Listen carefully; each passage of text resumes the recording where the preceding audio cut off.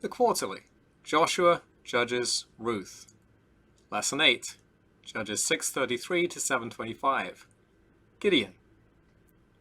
Gideon had already been called as judge of God's people earlier in chapter 6, where the angel of the Lord told him, "The Lord is with you, O mighty man of valor." Judges 6:12. Gideon's response was to question the Lord's presence with his people, as well as his own competence for the task in verse 13. But the Lord ignored his words and commissioned him to save Israel. 6:14.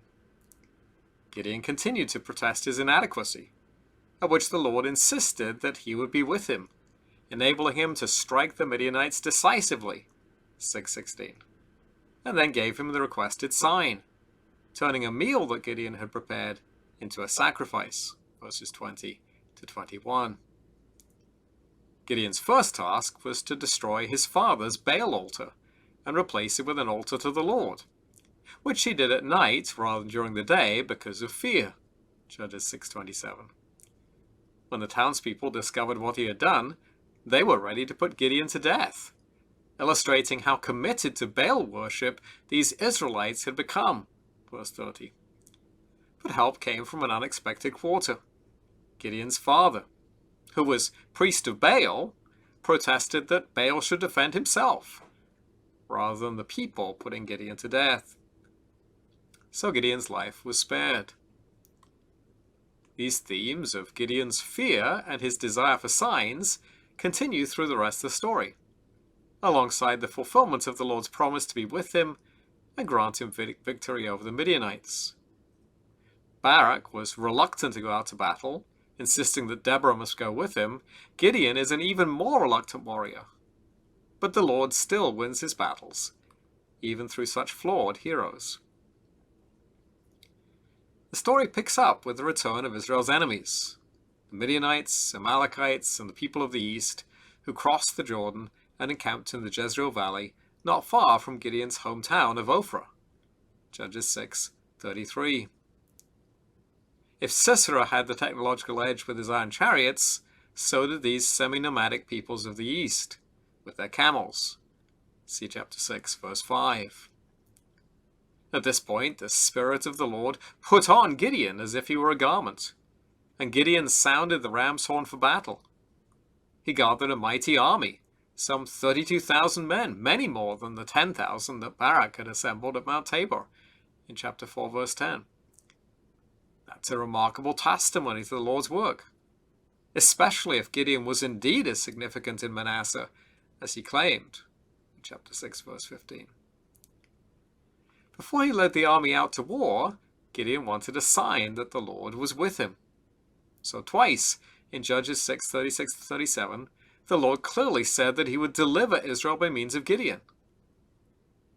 But Gideon didn't find it easy to believe God's promises, and so he put the Lord to the test, twice. In the first test, he laid a woolen fleece outside on the threshing floor overnight, and he asked that the fleece alone would be wet with dew in the morning, while the ground around it would be supernaturally dry. Sure enough, the ground was dry, but the fleece was thoroughly saturated. Chapter 6, verse 38. Gideon then demanded a second test in which the fleece was to be dry and the ground around it wet. Chapter 6, verses 39 to 40. The Lord graciously gave Gideon the extra confirmatory sign that he sought. The Lord's next step was to reduce the size of Gideon's army, lest they claim credit for the victory. Chapter 7, verse 2. While the army was camped at the spring of Harod, the spring of trembling, which aptly describes the state of Gideon's army, the Lord dismissed all those who were afraid. Chapter 7, verse 3. That reduced the task force from 32,000 to 10,000, though it's arguable that the resulting army was stronger for the subtractions. Yet from the Lord's perspective, the number was still too high, so a further test was devised. The exact nature and purpose of the test is hard to determine from the Hebrew. However, what's clear from the text is that, good or bad, there certainly weren't many of those who were chosen. Nothing must detract from the message that the Lord can save by a few as easily as by many. Now, given the weakness of Gideon, it's plausible that it was the outcast and incompetent soldiers who were chosen, not the best or most alert of the army. Now the Lord told Gideon to arise, go down against the camp, for I have given it into your hand. Chapter 7, verse 9. But there was yet another delay. For the Lord added, if you're afraid to go down to the camp with Purah your servant, and you shall hear what they say. And afterward your hands shall be strengthened to go down against the camp. Verses 10 and 11. Since the next thing that happens afterwards is Gideon going down to an outpost of the Midianite camp, he's obviously still afraid, in spite of all the Lord's reassurances. Now when Gideon got to the Midianite camp, he overheard one man telling his friend about a dream that he had had, in which a loaf of barley bread came tumbling into the camp, striking one of the tents and destroying it. Chapter 7, verse 13. Oh, it's obvious what that dream means, said his friends. The loaf clearly represents the sword of Gideon, and the gods have handed the Midianite camp over to him. Verse 14. Now, there's no obvious reason as to why the Midianite fastened on this interpretation of the dream, rather than seeing the Midianites as the rolling loaf, and the Israelite camp being destroyed. Evidently, the Lord was at work disheartening Israel's enemies, at the same time as he was encouraging Gideon through this dream. But I think there's a sad irony here. Gideon would not believe God's words spoken personally to him by the angel of the Lord are backed up by a miraculous sign. He did not believe two separate fleece signs given to him by the Lord. But when he heard one pagan interpreting a bizarre dream to another pagan, that was what finally persuaded Gideon that God could be trusted? Well, finally, Gideon was convinced. In return, he returned to the Israelite camp and delivered to his men the instructions that he had received from the Lord in verse 9. Arise, for the Lord has given the host of Midian into your hand. He divided his small force into 3 divisions and armed each of them with a ram's horn, an empty pitcher, and a torch, a strategy that owed its inspiration, of course, to Joshua's battle against Jericho in Joshua 6. Unless the Lord fought for Israel, they would have no chance of victory against such a vastly superior force, even with the element of surprise on their side. Yet there's a discordant note in the middle of the victory. When they came to the outpost on the edge of the Midianite camp, Gideon instructed his men that they were to blow their trumpets and to shout as their battle cry, "For the Lord and for Gideon!" Judges 7:18. Now, that pairing of the Lord's name with that of Gideon is totally wrong here, in a battle that the Lord had taken great pains to make clear would be won by his might and his might alone. Well, the strategy worked out exactly as Gideon had planned. At the beginning of the middle watch, that is at midnight, Gideon's 3 groups blew their trumpets and broke their pitchers and shouted their battle cry, "A sword for the Lord and for Gideon," doubtless sounding like a much larger army. Verse 19. And the element of surprise, combined with a divinely induced fear, sent the Midianites fleeing for their lives and fighting one another in the confusion. The victory was not merely the result of successful military psychology.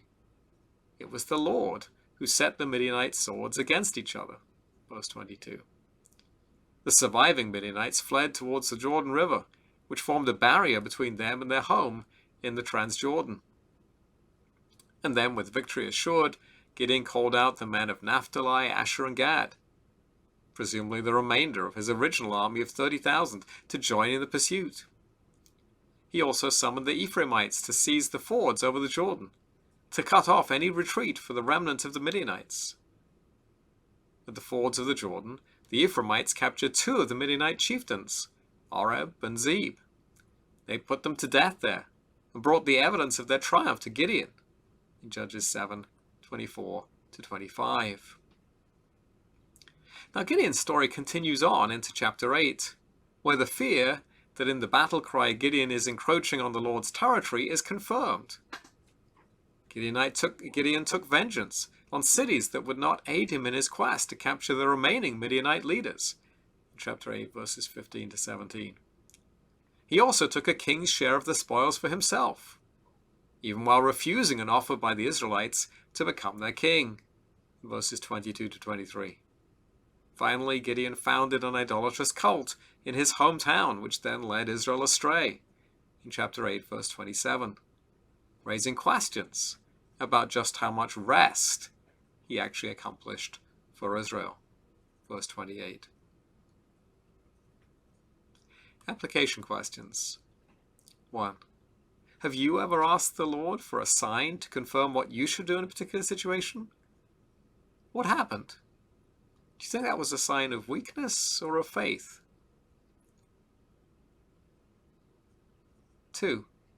If Gideon is such a flawed leader, why is he included in the list of men of faith in Hebrews 11?